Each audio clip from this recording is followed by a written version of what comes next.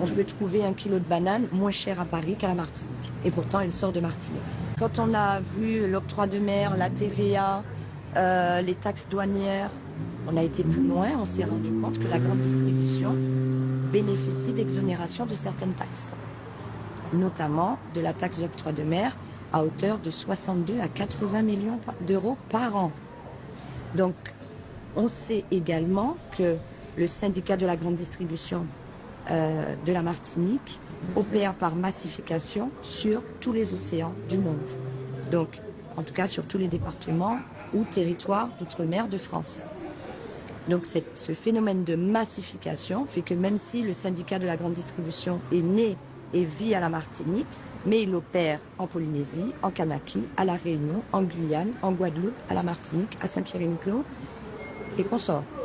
Et donc, on s'est dit, mais au final, ça fait beaucoup d'exonérations, beaucoup de cadeaux, beaucoup de réduction de coûts, parce qu'il y a le phénomène de massification.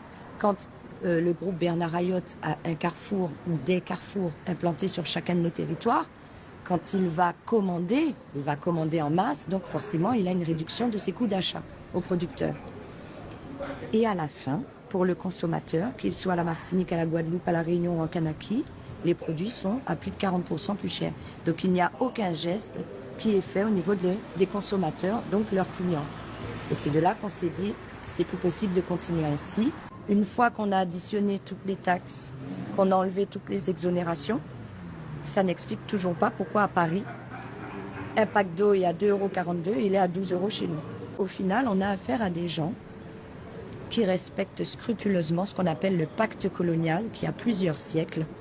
Et ce pacte colonial prévoyait que les Outre-mer apportent leurs matières premières en Europe, à la France, mais qu'au retour, il faut protéger la réforme agraire de la production agricole de la France et donc que les Outre-mer, qui représentent des millions d'habitants, sont un marché captif pour l'économie de la France. Donc, les matières premières sortent des territoires pour monter vers la France avec des conteneurs remplis. Et au retour, les conteneurs ne doivent pas revenir vides, ils doivent revenir avec les produits d'alimentation de la France. Ce qui lui permet, même s'il est sur le territoire français, d'étendre ses capacités de fourniture.